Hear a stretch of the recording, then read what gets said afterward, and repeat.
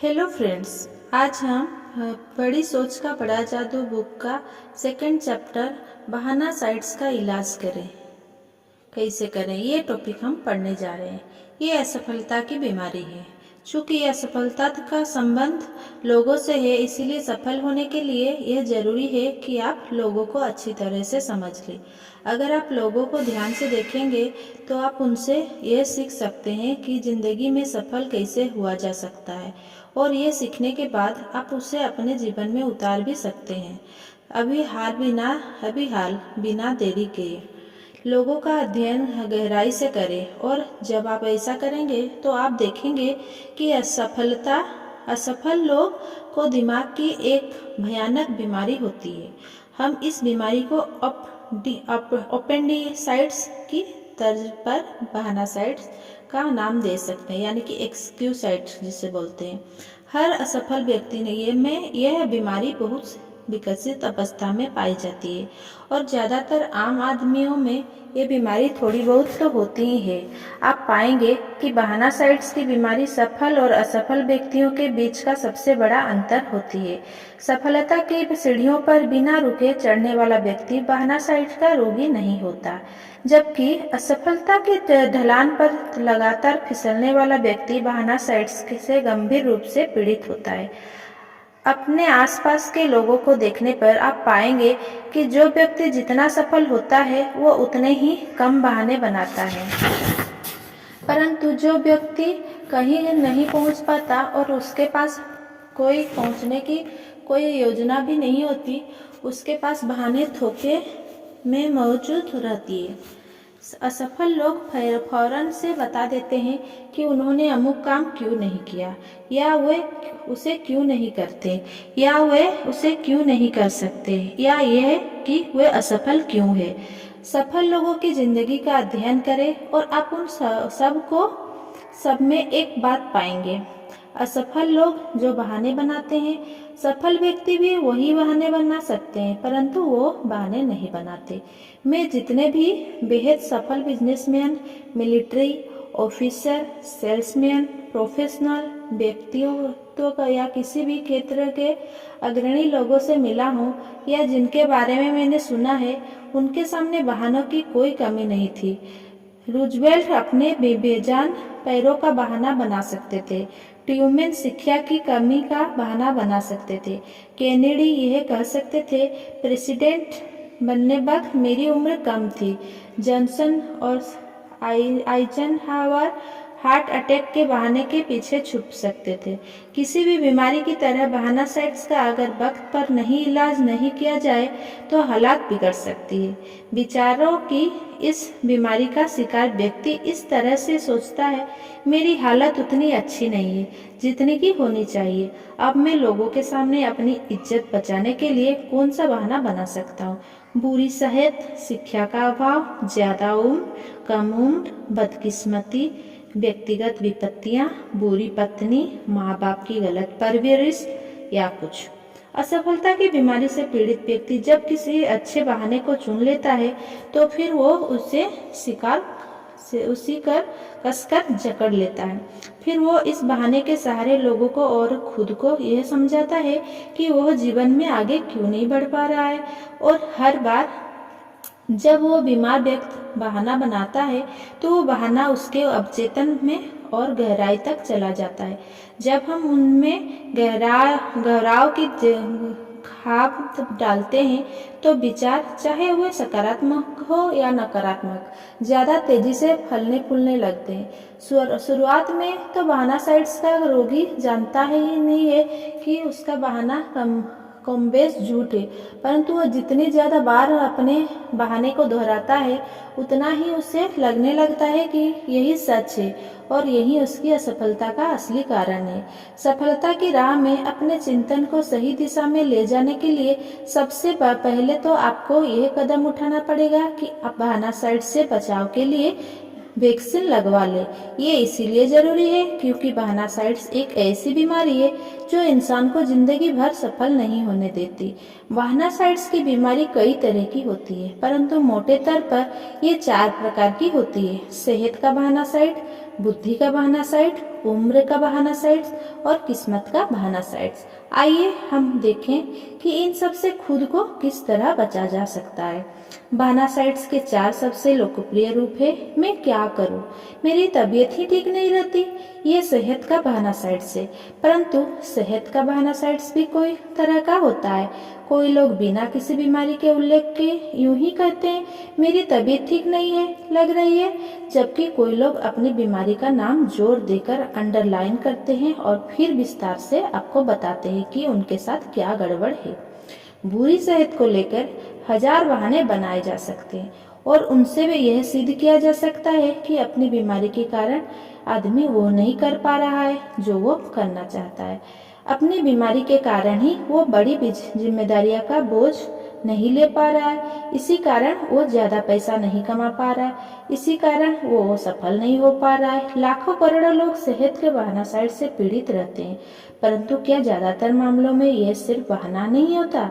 जरा एक पल के लिए सोचे कि बेहद सफल लोग भी अपने सेहत का रोना रो सकते हैं, परंतु उन्होंने तो ऐसा कभी नहीं किया। ऐसा तो कभी नहीं किया। मेरे डॉक्टर मित्र मुझे बताते हैं कि इस दुनिया में कोई पूरी तरह स्वस्थ नहीं होता है। हर एक के साथ कोई ना कोई स्वास्थ्य संबंधी समस्या होती है। कोई लोग कुछ हद तक या काफी हद तक सेहत के बहाना साइड्स के सामने घुटने टेक देते हैं, जबकि सफलता चाहने वाले लोग ऐसा नहीं करते। मेरे साथ एक ही दिन में 2 घटनाएं हुई जिनमें मुझे ये सीखने को मिला कि अपने सेहत के बारे में सही और गलत नजरिया क्या होता है। क्लीवलैंड में मेरे भाषण के बाद 30 साल का एक आदमी मुझसे अकेले में मिला। उसने कहा कि उसे भाषण तो बहुत बढ़िया लगा, परंतु उसने ये भी कहा पर मुझे नहीं लगता कि आपके विचार से मुझे कोई फायदा हो सकता है। उसने बताया मुझे हृदय रोग है और मुझे खुद का ध्यान रखना पड़ता है।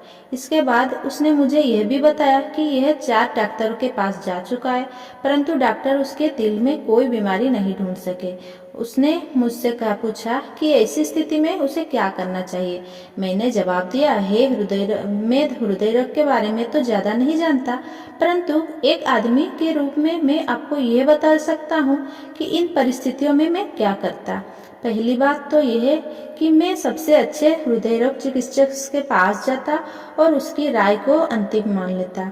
आपने पहले ही 4 डॉक्टर से चेकअप करवा लिए हैं और उन्हें आपके दिल में कोई खराबी नहीं नजर आया, तो अब 5वें डॉक्टर के पास जाइए और उसका फैसला आपको मान लेना चाहिए।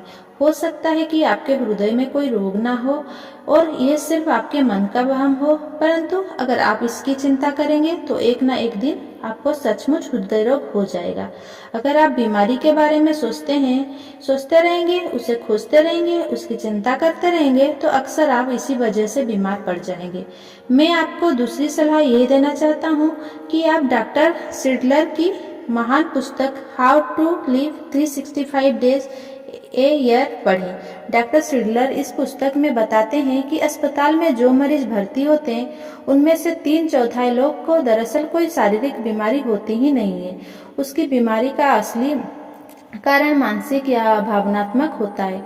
जरा सोचिए, हमारे देश के 3/4 लोग सिर्फ इसीलिए अस्पताल के बिस्तर पर पड़े हुए हैं क्योंकि वे अपने भावनाओं को काबू में नहीं रख पाए। डॉक्टर सिडलर की पुस्तक पढ़ें और इसके बाद भावनाओं को मैनेज करना सीखें। तीसरा बात यह है कि मैं तब तक जिंदा दिल बने रहने का निश्चय करूंगा जब तक कि मैं मर ही न जाऊं। फिर मैंने इस परेशान आदमी को वही सलाह दी जो मेरे वकील दोस्त ने मुझे कई साल पहले दी थी। वकील दोस्त को टीबी था, परंतु इसके बाद भी वो वकालत करता रहा, अपने परिवार का मुखिया बना रहा और जीवन का पूरा आनंद लेता रहा। अभी मेरे उस वकील दोस्त की उम्र 78 वर्ष है। उसने अपनी फिलॉसफी बताई, मैं तब तक जिंदा दिल रहूंगा जब तक कि मैं मर न जाऊं। मैं जिंदगी और मौत को लेकर फालतू चिंता नहीं करूंगा। जब तक मैं इस धरती पर हूं तब तक मैं जिंदा हूं, तो मैं अधूरी जिंदगी क्यों जीऊं? मौत के बारे में चिंता करने में व्यक्ति जितना समय बर्बाद करता है उतने समय तक वो वास्तव में मुर्दा ही होता है। मुझे इस बिंदु पर चर्चा खत्म करनी पड़ी क्योंकि मुझे डेट्रॉइट जाने वाला हवाई जहाज पकड़ना था। हवाई जहाज में दूसरा अजीबोगरीबो परंतु सुखद अनुभव हुआ। जब हवाई जहाज आसमान में पहुंच गया तो मुझे टिक टिक की आवाज सुनाई दी। हैरानी से मैंने अपने पड़ोस में बैठे आदमी की तरफ देखा जिसके पास से वह आवाज आ रही थी। वो मेरी तरफ देखकर मुस्कुराया और उसने मुझसे कहा, डरिए नहीं, मेरे पास कोई बम नहीं है, ये तो मेरा दिल धड़क रहा है। मुझे ये सुनकर हैरानी हुई, इसलिए उसने मुझे पूरी कहानी सुनाई। सिर्फ 21 दिन पहले ही उसका ऑपरेशन हुआ था जिसमें उसके दिल में एक प्लास्टिक बॉल फिट किया गया था। उसने बताया कि टिक टिक की आवाज कोई महीनों तक आते रहेगी जब तक कि नकली बॉल पर नया तक नहीं उग जाता। मैंने उससे पूछा कि अब वो क्या करने वाला है और उसने कहा, मेरी बहुत सी योजनाएं। मिनेसोटा पहुंचकर मैं वकालत पढ़ने वाला हूँ। शायद मुझे किसी दिन सरकारी नौकरी भी मिल जाए। डॉक्टर ने मुझसे कहा है कि मुझे पहले कुछ महीनों तक सावधानी रखनी पड़ेगी, परंतु कुछ महीनों के बाद मेरा दिल बिल्कुल ब्रांड न्यू हो जाएगा। तो ये रहे स्वास्थ्य संबंधी समस्या के बारे में दो अलग अलग नजरिया। पहला आदमी तो यह जानता ही भी नहीं था कि उसे कोई बीमारी भी थी या नहीं। इसके बावजूद वह चिंतित था, परेशान था, हार के रास्ते पर जा रहा था और आगे नहीं बढ़ने के बहाने बना रहा था। दूसरे आदमी का हाल ही में बहुत बड़ा ऑपरेशन हुआ था, फिर भी वो कुछ नया करने के लिए उत्सुक था, आशावादी था। अपनी सेहत के बारे में दोनों को सोच में कितना बड़ा फर्क था। सेहत का बहना साइड का मुझे व्यक्तिगत अनुभव भी है। मुझे डायबिटीज है। जब मुझे यह बीमारी हुई तो डॉक्टर ने मुझे यह हिदायत दी कि डायबिटीज एक शारीरिक बीमारी है, परंतु अगर इसके बारे में आपका नजरिया नकारात्मक रहेगा तो आप बहुत परेशान रहेंगे और आपकी बीमारी भी बढ़ सकती है। अगर आप इसके बारे में चिंता करते रहेंगे तो आपकी जिंदगी नर्क बन सकती है। डायबिटीज होने के बाद मैं बहुत से डायबिटीज के मरीजों को के संपर्क में आया। मैं आपको बता दूं कि इस बीमारी के बारे में लोग के कितने विरोधाभासी विचार होते हैं। एक आदमी को यह बीमारी शुरुआती अवस्था में है और वो उसे लेकर बहुत परेशान रहता है। जरा सा मौसम बदलता है कि तो वो घबरा जाता है, मूर्खतापूर्ण रूप से अपने आप को लबादे में छुपा लेता है। उसे इन्फेक्शन से इतना डर लगता है कि वो सर्दी खांसी वाले आदमी का देखते ही दूर भाग जाता है। वो डरता है कि कहीं वो ज्यादा मेहनत ना कर ले, इसीलिए वो कभी कुछ करता भी नहीं है। उसका ज्यादातर समय तो और मानसिक ऊर्जा उसी चिंता में बर्बाद होते हैं कि उसके साथ क्या क्या बुरा हो सकता है। वो दूसरे लोगों को अपनी भयानक बीमारी की सच्ची झूठी दास्तान सुना कर बोर करता रहता है। दरअसल उसकी असली बीमारी डायबिटीज नहीं है, वो तो सेहत के बहाना साइड से पीड़ित है। वो बीमारी को असफलता के बहाने की तरह इस्तेमाल कर रहा है, इसलिए क्योंकि वो लोगों की सहानुभूति हासिल करना चाहता है। दूसरी तरफ एक बड़ी प्रकाशक फर्म का डिवीजन मैनेजर है जो डायबिटीज का गंभीर रोगी है। वो ऊपर वाले मरीजों से 30 गुना ज्यादा इंसुलिन लेता है, परंतु वो बीमार की तरह नहीं हो जीता है। उसे अपने काम में मजा आता है और वो जिंदगी का पूरा आनंद लेता है। एक दिन उसने मुझसे कहा, देखा जाए तो डायबिटीज एक समस्या तो है, पर दाढ़ी बनाना भी तो एक समस्या है और मैं इस बारे में चिंता कर के सचमुच बीमार नहीं पड़ना चाहता। जब मैं इंसुलिन के इंजेक्शन लेता हूँ तो मैं अपने बीमार को नहीं कोसता हूँ, बल्कि उस आदमी को दुआएं देता हूँ जिसने इंसुलिन की खोज की है। मेरा एक बहुत अच्छा दोस्त 1945 में जब युद्ध से लौटा तो उसका एक हाथ कटा हुआ था। इसके बावजूद जॉन हमेशा मुस्कुराता रहता था, हमेशा दूसरों की मदद करता रहता था। मैं जितने भी आशावादी लोगों को जानता हूँ, जॉन उन सब से ज्यादा आशावादी था। एक दिन मैंने उसके कटे हुए हाथ के बारे में लंबी चर्चा की। उसने कहा, मेरा सिर्फ एक हाथ नहीं है, यह सही बात है कि 2 हाथ हमेशा एक हाथ से अच्छे होते हैं, परंतु पूरे शरीर को बचाने के लिए अगर एक हाथ काटना पड़े तो यह महंगा सौदा नहीं है। और फिर मेरी जीवन शक्ति तो अब भी 100% बची हुई है। मैं इसके लिए कृतज्ञ हूँ। मेरा एक और विकलांग दोस्त एक बेहतरीन गोल्फर है। एक दिन मैंने उससे पूछा कि वो सिर्फ एक हाथ से इतना अच्छा कैसे खेल सकता है, जबकि दोनों हाथ से खेलने वाले ज़्यादातर गोल्फर उसके जितना अच्छा नहीं खेल पाते हैं। उसने मेरी बात का जोरदार जवाब दिया। ये मेरा अनुभव रहा कि वो सही रवैया और एक बाह वाला आदमी गलत रवैये और दोनों बाह वाले आदमी का हमेशा हरा सकता है।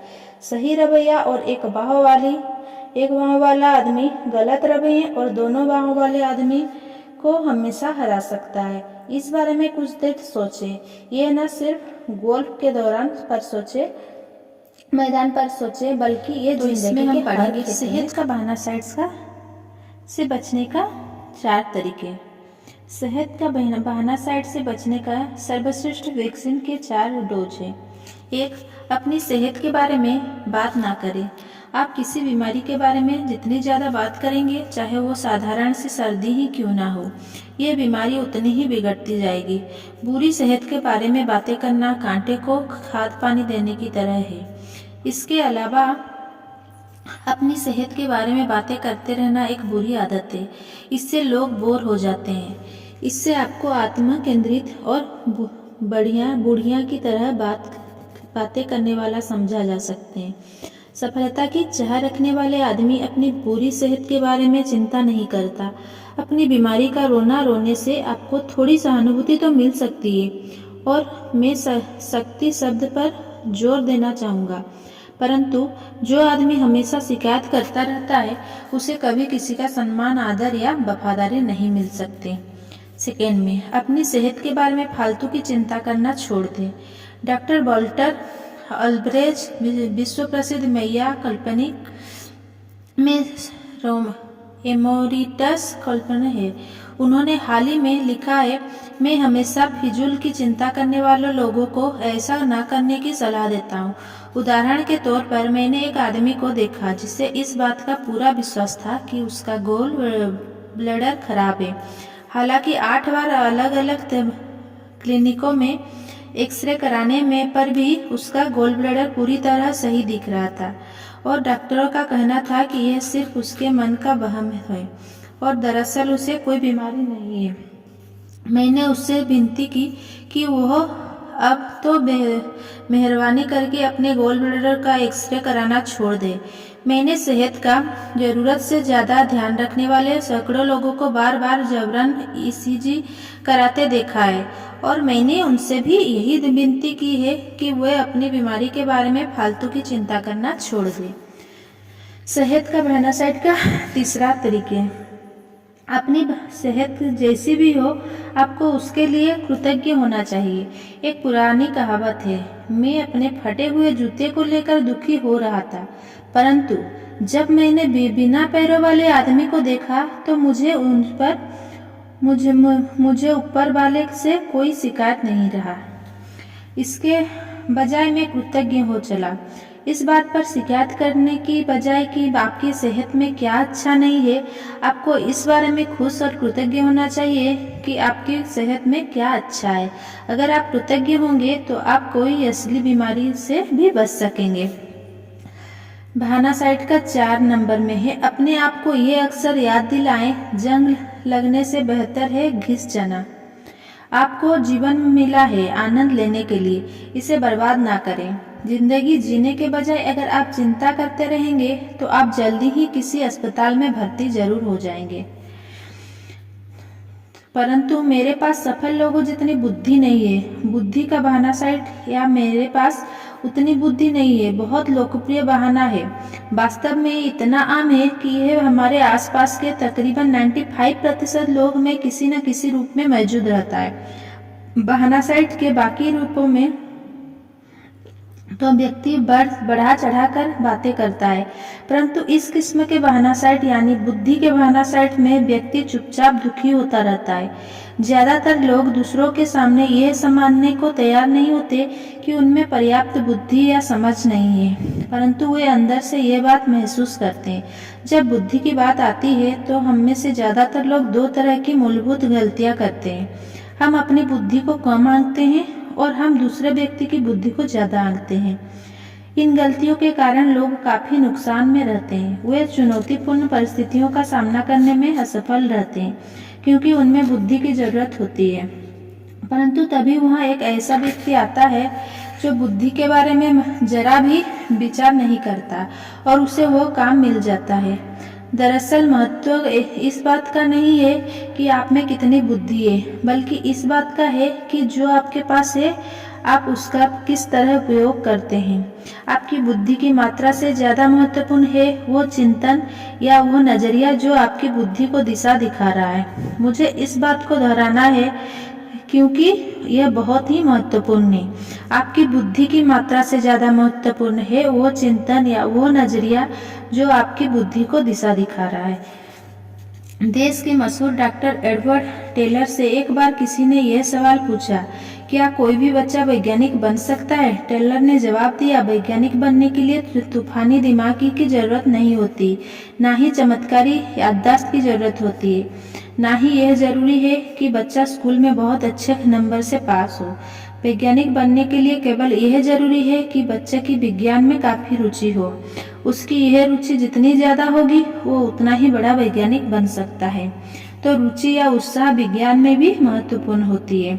अगर 100 IQ वाले किसी व्यक्ति का रवैया सकारात्मक, आशावादी और सहयोगात्मक है तो वो उस व्यक्ति से ज़्यादा पैसा, सफलता और सम्मान हासिल करेगा जिसका IQ तो 120 है परंतु उसका रवैया नकारात्मक, निराशावादी और असहयोगात्मक है। किसी काम में जुटे रहिए जब तक कि वो पूरा ना हो जाए। यही असली पत्ते की बात है।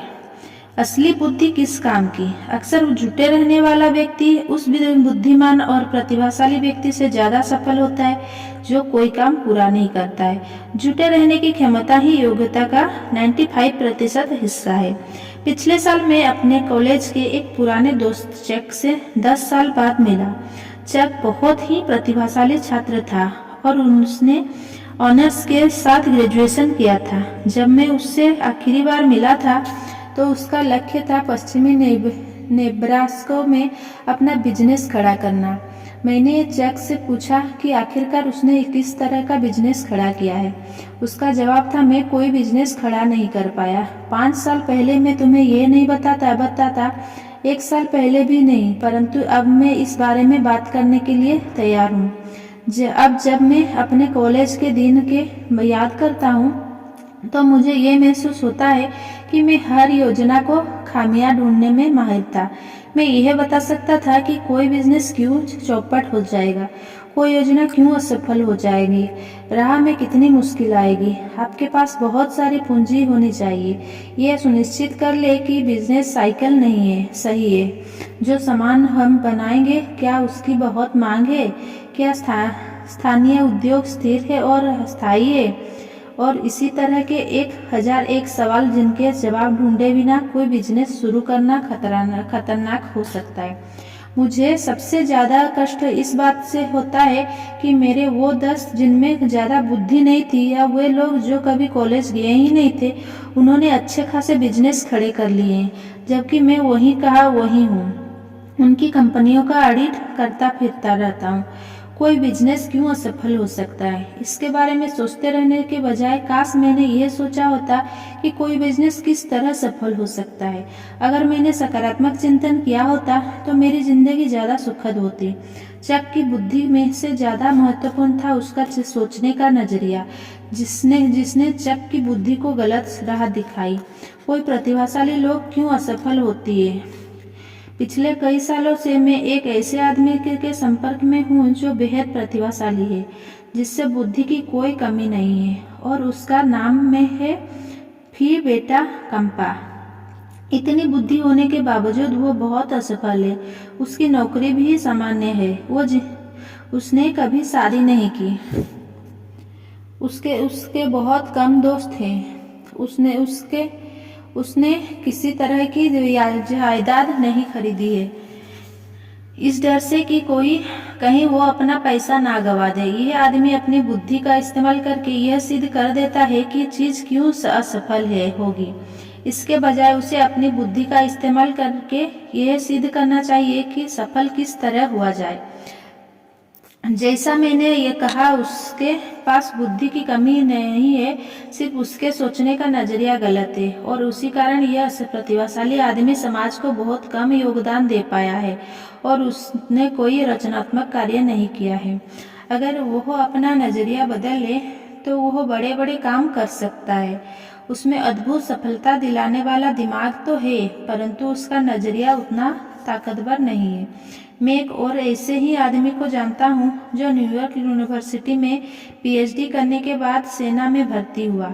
उसने सेना में 3 साल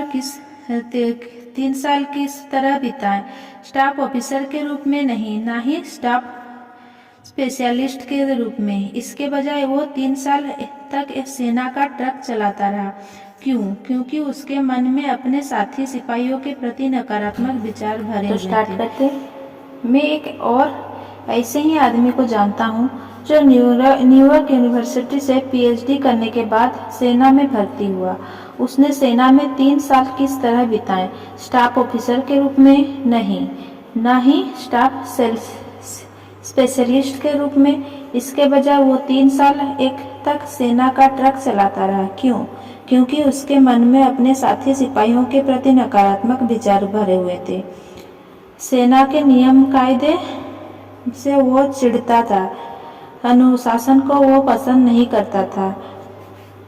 यह दूसरों पर लागू होता होगा, मुझ पर नहीं होगा। यानी कि हर चीज के बारे में उसका नजरिया नकारात्मक था, जिसमें वो खुद भी शामिल था। मैं कैसा मूर्ख था जो इस झमेले में आ फंसा और अब यहाँ से बाहर निकलने का कोई रास्ता नहीं ढूंढ पा रहा हूँ। ऐसे आदमी का आदर कौन करता? उसका सारा ज्ञान उसके दिमाग के गोदाम में भरा रहा और वहीं दफन होकर रह गया। उसके नकारात्मक विचार ने उसे निठल्ला बना दिया था। याद रखें, आपकी बुद्धि की यात्रा से ज़्यादा महत्वपूर्ण है वो चिंतन या वो नजरिया जो आपकी बुद्धि को दिशा दिखा रहा है। पीएचडी की डिग्री भी इसे मूलभूत सफलता के सिद्धांत के सामने हार जाती है। कई साल पहले मैं अपने करीबी दोस्त फिल के ऑफिस में बैठा था।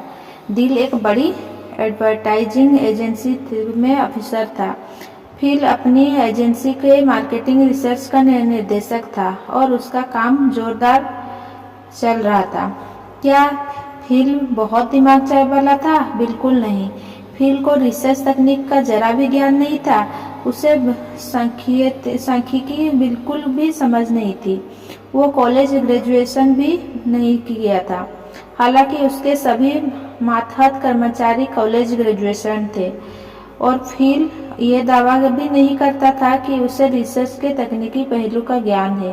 तो फिर फिल में ऐसी क्या बात थी कि उसे साल भर में $30,000 मिलते थे, जबकि उसके मातहतों को सिर्फ $10,000 ही मिलते थे। फिल इंसानों का इंजीनियर था। फिल 100% सकारात्मक था। जब लोगों का उत्साह ठंडा पड़ जाता था तो फिल उन्हें प्रेरित कर सकता था। फिल उत्साही था, वो उत्साह पैदा कर सकता था। फिल में लोगों की समझ थी और इसीलिए वो सचमुच जानता था कि उनसे कैसे काम लिया जा सकता है। और इससे भी बड़ा बात यह है कि वो उन लोगों को पसंद करता था। कंपनी ने फिल को उन कर्मचारियों से 3 गुना ज्यादा बहुमूल्य समझा जिसमें उससे ज्यादा IQ या दिमाग था। और निश्चित रूप से फिल में बुद्धि तो कम थी, परंतु उसके सोचने के तरीके या नजरिया ने उसे कंपनी के लिए इतना मूल्यवान बना दिया था। कॉलेज में दाखिल होने वाले 100 में से सिर्फ 50% ही ग्रेजुएट हो पाएंगे। मैं यह जानकर हैरान हुआ, इसलिए मैंने एक बड़ी यूनिवर्सिटी के डायरेक्टर ऑफ एडमिशन में से इसका कारण पूछा। उसने कहा, इसका कारण कम बुद्धि नहीं है। अगर उनमें पर्याप्त योग्यता नहीं होती तो हम उन्हें दाखिला ही नहीं देते। और सवाल पैसे का भी नहीं है। आजकल तो जो भी अपने कॉलेज की फीस के लिए काम करने को तैयार है, उसके लिए काम की कोई कमी नहीं है। असली कारण है नजरिया या रवैया। आपको यह जानकर ताजुब होगा कि कितने सारे नौजवान सिर्फ इसीलिए कॉलेज छोड़ देते हैं क्योंकि उन्हें प्रोफेसर पसंद नहीं होते, या उन्हें अपने विषय में मजा नहीं आता, या उन्हें पसंदीदा साथी नहीं मिलते। नकारात्मक नजरिया के कारण ही कई जूनियर एग्जीक्यूटिव ऊंचे पदों पर नहीं पहुंच पाते। ऐसे हजारों युवा एग्जीक्यूटिव्स है जिनमें पर्याप्त बुद्धि तो है, परंतु उनका रवैया नकारात्मक, चिड़चिड़ा, निराशावादी और अपमानजनक है। जैसा एक एग्जीक्यूटिव ने मुझे बताया, ऐसा दुर्लभ ही है कि हम किसी युवा या ऑफिसर को दिमाग या बुद्धि की कमी के कारण प्रमोशन नहीं देते। लगभग हमेशा इसका कारण होता है उसका रवैया या नजरिया। मुझे एक बीमा कंपनी ने एक रिसर्च करने को कहा। वे ये जानना चाहता था कि उसके चोटी के 25% एजेंट 75% बीमा करने में सफल क्यों हो रहे हैं, जबकि सबसे नीचे के 25% एजेंट कुल बीमा का सिर्फ 5% ही क्यों कर पा रहे हैं। इसका कारण क्या था? हजारों फाइलों को गौर से देखा गया।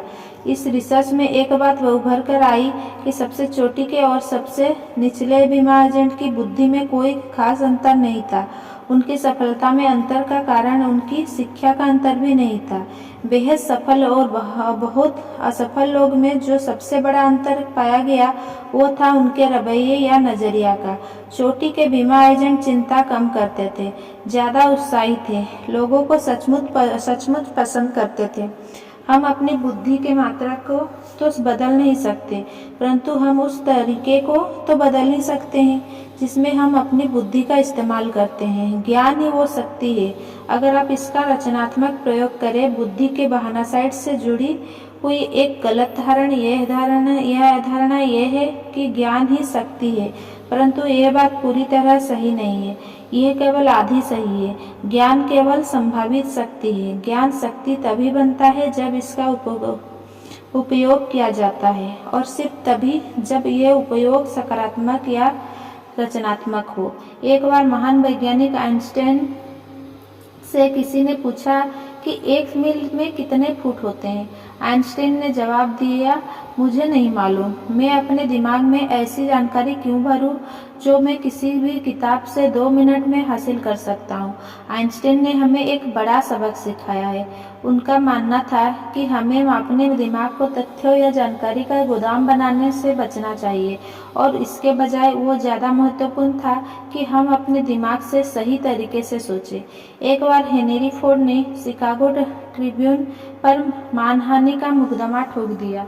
कारण वो था कि उस अखबार ने फोर्ड को अज्ञानी कह दिया था। फोर्ड ने उनसे यह सिद्ध करने को कहा। ट्रिब्यून ने फोर्ड से दर्जनों सवालों पूछे, जैसे बेनेडिक्ट आर्नल्ड कौन थे, क्रांति का युद्ध कब लड़ा गया था, इत्यादि। और फोर्ड ज्यादातर सवालों के जवाब नहीं दे पाए क्योंकि उनकी औपचारिक शिक्षा कम हुई थी। आखिरकार फोर्ड काफी परेशान होकर गुस्से से बोले, मैं इन सवालों के जवाब तो नहीं जानता, परंतु मैं 5 मिनट में ऐसे आदमी को ढूंढ सकता हूँ जो इन सारे सवालों के जवाब जानता हो। हेनरी फोर्ड ने फालतू की जानकारी हासिल करने में कभी रुचि नहीं ली। इन्हें वो बात मालूम थी जो हर सफल एग्जीक्यूटिव जानता था। दिमाग को तथ्यों का गैरेज मत बनाओ। ये जानकारी रखो कि जानकारी कहाँ से हासिल हो सकता है। तथ्यों के आदमी का मोल क्या है। मैंने एक दोस्त के साथ एक बहुत रोचक शाम गुजारी। मेरा दोस्त एक नई परंतु तेजी से बढ़ रही कंपनी का प्रेसिडेंट है। टीवी पर एक लोकप्रिय क्विज कार्यक्रम आ रहा था। जिस आदमी के से सवाल पूछे जा रहे थे वो पिछले कुछ सप्ताहों से लगातार आ रहा था। वो सभी तरह के सवालों के जवाब दे सकता था, चाहे उनमें से कुछ सवाल कितने ही मूर्खतापूर्ण क्यों ना हो। जब उस आदमी ने एक बहुत मुश्किल सवाल का जवाब दिया जिसका संबंध अर्जेंटीना से किसी पहाड़ से था, तो मेरे दोस्त ने मुझसे कहा, तुम्हें क्या लगता है कि हम इस आदमी को कितना $, की नौकरी दूंगा। कितने की? मैंने पूछा। $300 से 1 सेंट भी ज्यादा नहीं। प्रति सप्ताह नहीं, प्रति माह भी नहीं, बल्कि जीवन भर। मैंने उसके ज्ञान की था ले ली है। यह विशेषज्ञ सोच नहीं सकता, वो केवल रट सकता है, याद कर सकता है। वो एक इंसानी एनसाइक्लोपीडिया है और मैं समझता हूँ कि मैं $300 में एक अच्छा एनसाइक्लोपीडिया खरीद सकता हूँ। वास्तव में शायद ये कीमत भी उसके लिए ज़्यादा होगी। इस आदमी को जितना पता है उसका 90% हिस्सा तो मुझे $2 की जनरल नॉलेज की किताब में ही मिल जाएगा। मैं अपने आसपास ऐसे लोगों को जानता हूँ जो समस्याएं सुलझा सके, जिसके पास विचार हो, जो सपने देख सकें और फिर उन सपने को साकार कर सके। जिस आदमी में विचार है वो मेरे साथ पैसा कमा सकता है, जिसके पास सिर्फ तथ्य है वो मेरे साथ बुद्धि के पैसे बहाना नहीं। साइट्स के इलाज के 3 तरीके। तो चलिए स्टार्ट करते हैं। बुद्धि के बहाना साइट्स के इलाज के 3 आसान तरीके हैं। फर्स्ट, अपनी खुद की बुद्धि को कभी कम ना आंके और दूसरे कोई भी बुद्धि को कभी जरूरत से ज़्यादा ना आंके। अपनी सेवाओं को सस्ते में ना बेचे। अपने अच्छे बिंदुओं पर ध्यान केंद्रित करें। अपने गुणों को खोजें। याद रखें, महत्व इस बात का नहीं है कि अपने कितनी बुद्धि है, महत्व तो इस बात का है कि आप अपने दिमाग का किस तरह इस्तेमाल करते हैं। इस बात पर सिर न धुने कि आपका कोई IQ नहीं कम है, बल्कि अपनी मानसिकता को सकारात्मक करें। अपने आप को बार बार याद दिलाएं, मेरी बुद्धि से ज़्यादा महत्वपूर्ण है मेरा नज़रिया। नौकरी पर और घर पर सकारात्मक नज़रिया का अभ्यास करें। काम टालने के तरीके खोजने के बजाय काम करने के तरीके खोजें। अपने आप में जीत रहा हूँ का रवैया विकसित करें। अपनी बुद्धि का रचनात्मक और सकारात्मक प्रयोग करें। अपनी बुद्धि का प्रयोग इस तरह करें कि आप जीत सकें। अपनी बुद्धि का दुरुपयोग अपनी असफलता के अच्छे बहाने खोजने में ना करें। याद रखें कि तथ्यों को रटने से ज़्यादा महत्वपूर्ण और बहुमूल्य है सोचने की योग्यता। अपने दिमाग को रचनात्मक बनाएं और नए नए विचार आने दें। काम करने के नए और बेहतर तरीके खोजते रहें। खुद से पूछें, क्या मैं अपनी मानसिक क्षमता का उपयोग इतिहास रचने में कर रहा हूँ या इतिहास रटने में। थर्ड में, कोई फायदा नहीं, मेरी उम्र ज़्यादा या कम है। उम्र का बहाना साइट असफलता की एक ऐसी बीमारी है जिसमें दोष उम्र के मत्थे मर दिया जाता है। इसके 2 आसानी से पहचाने जाने वाले रूप है, मेरी उम्र ज़्यादा है का रूप और मेरी उम्र कभी बहुत कम है का ब्रांड। आपने हर उम्र के सैकड़ों लोगों को अपनी असफलता के बारे में इस तरह की बात करते सुना होगा। इस काम में सफल होने के लिए मेरी उम्र बहुत ज़्यादा या बहुत कम है। अपनी उम्र के कारण ही मैं यह नहीं कर सकता जो मैं करना चाहता हूँ या जो करने में मैं सक्षम हूँ।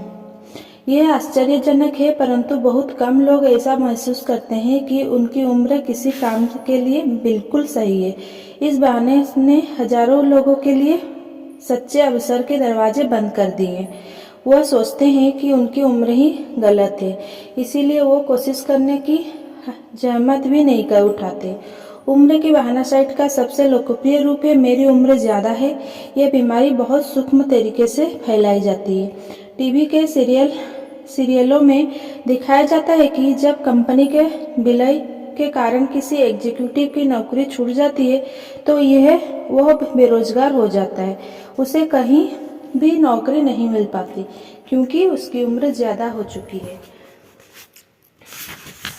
मिस्टर एग्जीक्यूटिव महीनों तक नौकरी की तलाश करते रहते हैं, परंतु उन्हें नौकरी नहीं मिलती और इस दौरान वे कुछ समय तक आत्महत्या के विकल्प पर विचार करते हैं और अंत में इस निष्कर्ष पर पहुंचते हैं कि अब खुद को रिटायर समझ लेने में ही समझदारी है। 40 के बाद आपकी ज़िंदगी में मुश्किल क्यों बढ़ जाती है? यह विषय नाटकों और पत्रिकाओं के लेख में लोकप्रिय है, इसलिए नहीं क्योंकि इसमें सच्चे तथ्य है, बल्कि इसीलिए क्योंकि बहाना ढूंढने वाले बहुत से लोग इसी तरह के नाटक देखना चाहते हैं और इसी तरह के लेख पढ़ना चाहते हैं। उम्र के बहाना साइट्स का इलाज क्या है? उम्र के बहाना साइट्स का इलाज किया जा सकता है। कुछ साल पहले जब मैंने एक सेल्स ट्रेनिंग प्रोग्राम का संचालन किया था तो मैंने एक अच्छे सीरम की खोज की थी जो इस बीमारी का इलाज तो करता ही था, साथ ही यह भी सुनिश्चित करता था कि यह बीमारी आपको कभी ना हो। इस प्रोग्राम में सेसिल नामक का एक प्रशिक्षु था। 40 वर्षीय सेसिल निर्माता का प्रतिनिधि बनना चाहता था, परंतु सोचता था कि उसकी उम्र ज़्यादा हो चुकी है। उसने कहा, मुझे शुरू से सब कुछ करना पड़ेगा और अब मैं ऐसा कैसे कर सकता हूँ। अब मैं 40 वर्ष का हो चुका हूँ। मैंने ज़्यादा उम्र की समस्या पर सेसिल के साथ कई बार बात की। मैंने पुरानी दवा का इस्तेमाल किया। आपकी उम्र उतनी ही होती है जितना आप समझते हैं, परंतु मैंने पाया कि उसका मर्ज इस दवा से ठीक नहीं हो रहा है। ज़्यादातर लोग इसके जवाब में कहते हैं, परंतु मैं अपने आप को बूढ़ा समझता हूँ। अंततः मैंने एक ऐसा तरीका खोज लिया जो जादू की तरह काम कर गया। एक दिन मैंने सेसिल से कहा, सेसिल, मुझे ये बताओ कि किसी आदमी की रचनात्मक उम्र कब शुरू होती है। उसने 1-2 सेकंड तक सोचने के बाद जवाब दिया, लगभग 20 साल की उम्र में। अच्छा, मैंने कहा, और अब मुझे यह बताओ कि किसी आदमी की रचनात्मक उम्र कब खत्म होती है। सेसिल ने जवाब दिया, मुझे लगता है कि अगर वो तंदुरुस्त है और अपने काम को पसंद करता है तो कोई आदमी 70 साल की उम्र तक रचनात्मक कार्य कर सकता है।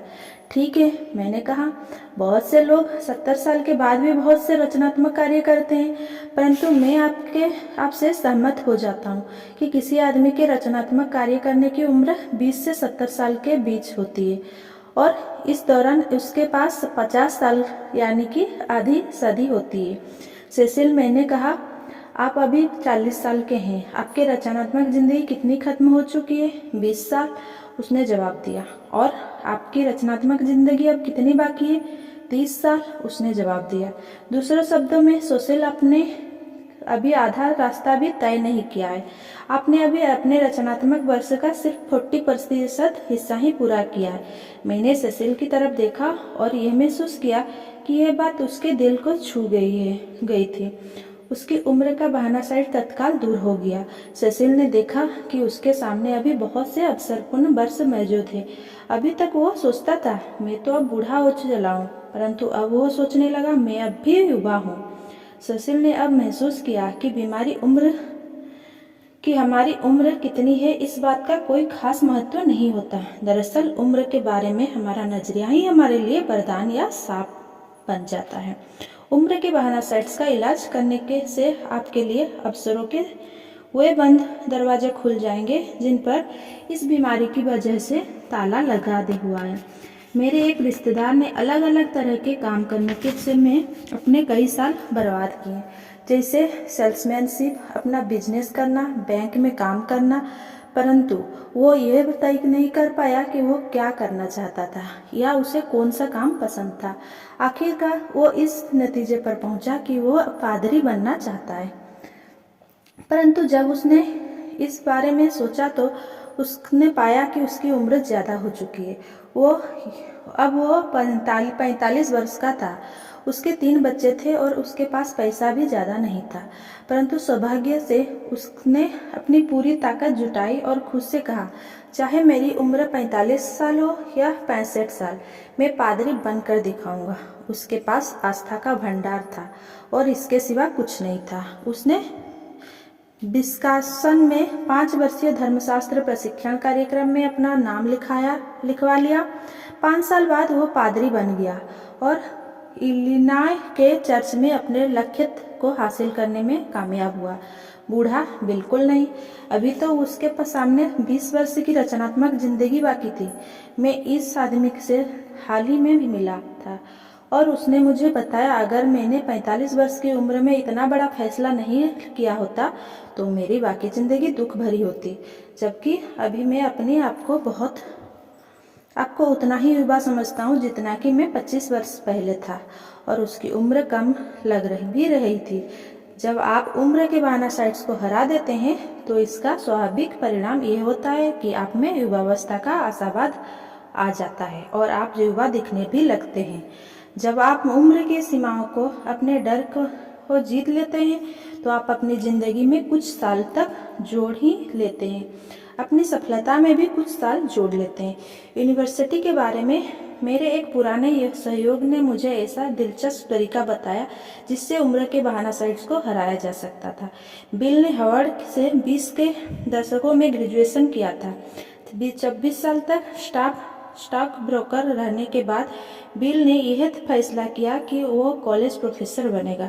बिल के दोस्त ने उसे चेतावनी दी कि वो बहुत मेहनत का काम है और उससे इस उम्र में उतनी मेहनत नहीं होगी, परंतु बिल ने अपने लक्ष्य को हासिल करने का पक्का इरादा कर लिया था और उसने 51 वर्ष की उम्र में यूनिवर्सिटी ऑफ इलिनॉय में दाखिल लिया। 55 वर्ष की उम्र में उसे डिग्री मिली। आज बिल एक बढ़िया आर्ट्स कॉलेज में डिपार्टमेंट ऑफ इकोनॉमिक्स का लेक्चर चेयरमैन है।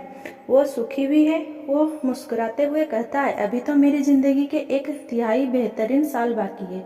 ज़्यादा उम्र का बहाना असफलता देने वाली बीमारी है। इसे हराएं वरना ये आपको हरा देगी।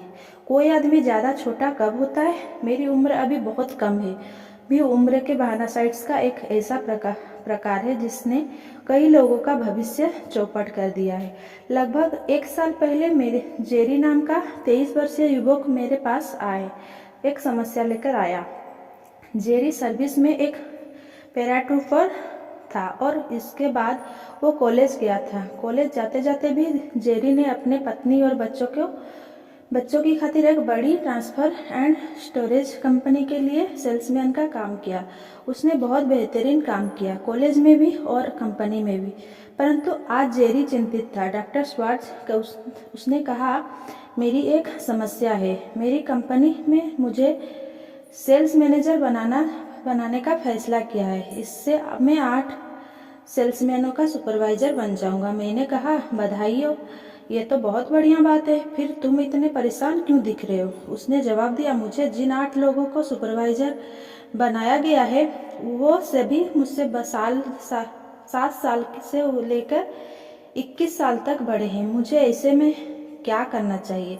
क्या मैं वो काम ठीक से कर सकता हूँ? जेरी, मैंने कहा, तुम्हारी कंपनी का जनरल मैनेजर तो यही समझता है कि तुम ये काम ठीक से कर पाओगे, और वरना ये तुम्हें सुपरवाइजर बनाता ही क्यों? सिर्फ 3 बातें याद कर रखो और हर चीज़ ठीक हो जाएगी। पहली बात तो यह कि उम्र पर ध्यान ही मत दो। खेत में कोई बच्चा तभी आदमी माना जाता है जब वो ये साबित कर देता है कि वो आदमी के बराबर काम कर सकता है। उसकी उम्र से इसका कोई लेना देना नहीं होता, और यही तुम्हें भी साबित करना होगा। जब तुम ये साबित कर दोगे कि तुम सेल्स मैनेजर के काम को अच्छी तरह से कर सकते हो तो तुम अपने आप उतने बड़े हो जाओगी। दूसरी बात, अपने प्रमोशन पर कभी इतराने की कोशिश मत करना।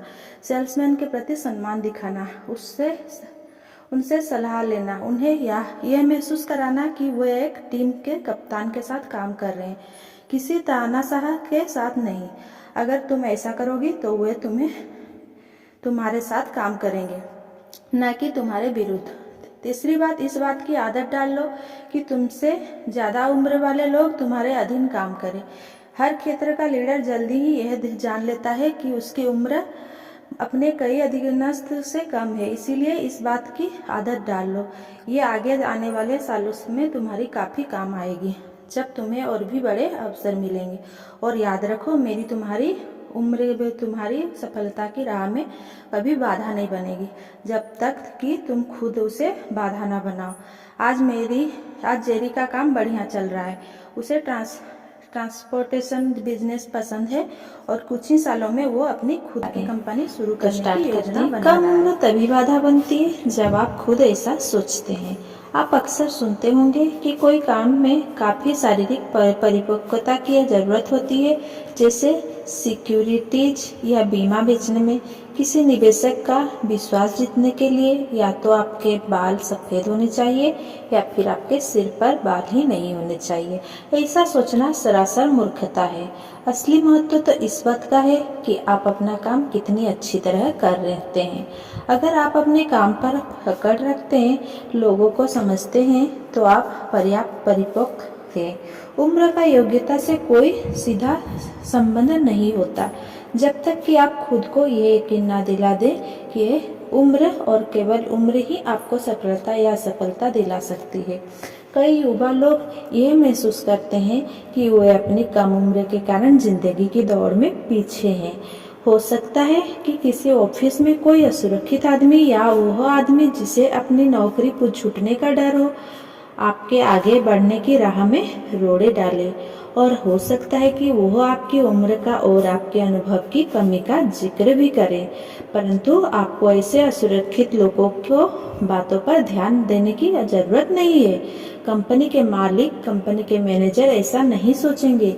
वे आपको उतनी जिम्मेदारी देंगे जितनी कि आप निभा सकें। ये साबित करें कि आप में योग्यता है, सकारात्मक रवैया है और आपकी कम उम्र एक लाभ के रूप में गिनी जाएगी। संक्षेप में उम्र के बहाना साइट्स का इलाज यह है, अपनी वर्तमान उम्र के बारे में सकारात्मक सोच रखें। यह सोचे मैं अभी भी युवा हूँ, यह न सोचे मैं अब बूढ़ा हो चुका हूँ। नए लक्ष्य को हासिल करने की कोशिश करते रहे। ऐसा करेंगे तो आप में मानसिक उत्साह आ जाएगा और आप अधिक युवा भी दिखने लगेंगे। हिसाब लगाएं कि आपके पास कितना रचनात्मक समय बचा है। याद रखें, 3 साल के आदमी के पास अपने जीवन का 80% रचनात्मक समय शेष है और 50 साल के आदमी के पास अब भी 40% समय है। शायद सर्वश्रेष्ठ समय तो अभी आना शेष है। ज्यादातर लोग जितना सोचते हैं, जिंदगी दरअसल उससे लंबी होती है। भविष्य में वो काम करें जो आप सचमुच करना चाहते हैं। जब आप अपने दिमाग को नकारात्मक कर लेते हैं और सोचते हैं कि अब तो समय निकल चुका है, तभी आपके हाथ में समय सचमुच निकलता है। ये सोचना छोड़ दें, मुझे ये काम सालों पहले शुरू कर देना चाहिए था। ये असफलता की सोच है। इसके बजाय यह सोचे मैं अब शुरू करने जा रहा हूँ, मेरे सर्वश्रेष्ठ वर्ष अभी बाकी है। सफल लोग इसी तरह के सोचते हैं, परंतु मेरा मामला अलग है। मेरी तो किस्मत ही खराब है। हाल ही में मैंने सड़क दुर्घटना के बारे में एक ट्रैफिक इंजीनियरिंग की बातें सुनी। उसका कहना था कि हर साल सड़क दुर्घटनाओं में लगभग 40,000 लोग मर जाते हैं। उसकी चर्चा का मुख्य बिंदु यह था कि शायद ही कभी कोई सच्ची दुर्घटना होती हो। हम जिसे दुर्घटना मानते हैं वो दरअसल किसी मानवीय या मशीन गड़बड़ का कारण होती है। यह ट्रैफिक विशेषज्ञ जो बात कह रहा था, उसका मूल भाव दार्शनिक और चिंतक हमें सदियों से सिखाते आ रहे हैं। हर चीज का कोई ना कोई कारण होता है, कोई भी चीज बिना कारण के नहीं होता। आज बाहर जो मौसम है वो भी दुर्घटनावश नहीं है, वो किसी विशेष कारणों से वैसा है। और यह मानने का कोई कारण नहीं है कि इंसान के मामले में इस नियम का अपवाद है, परंतु शायद ही कोई दिन ऐसा गुजरता हो जब हम किसी को अपनी बदकिस्मती को दोष देने ना सुनते हो। और वह दुर्लभ दिन ही होगा जब आप किसी दूसरे आदमी की सफलता के बारे में उसकी अच्छी किस्मत की दुहाई ना सुने।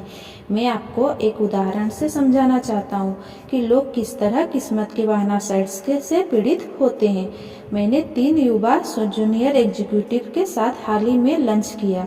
उस दिन चर्चा का मुख्य बिंदु था जॉर्ज सी का प्रमोशन। कल तक जॉर्ज इन्हीं लोगों की तरह जूनियर एग्जीक्यूटिव था, आज उसे प्रमोशन मिल गया था। जॉर्ज को प्रमोशन क्यों मिला?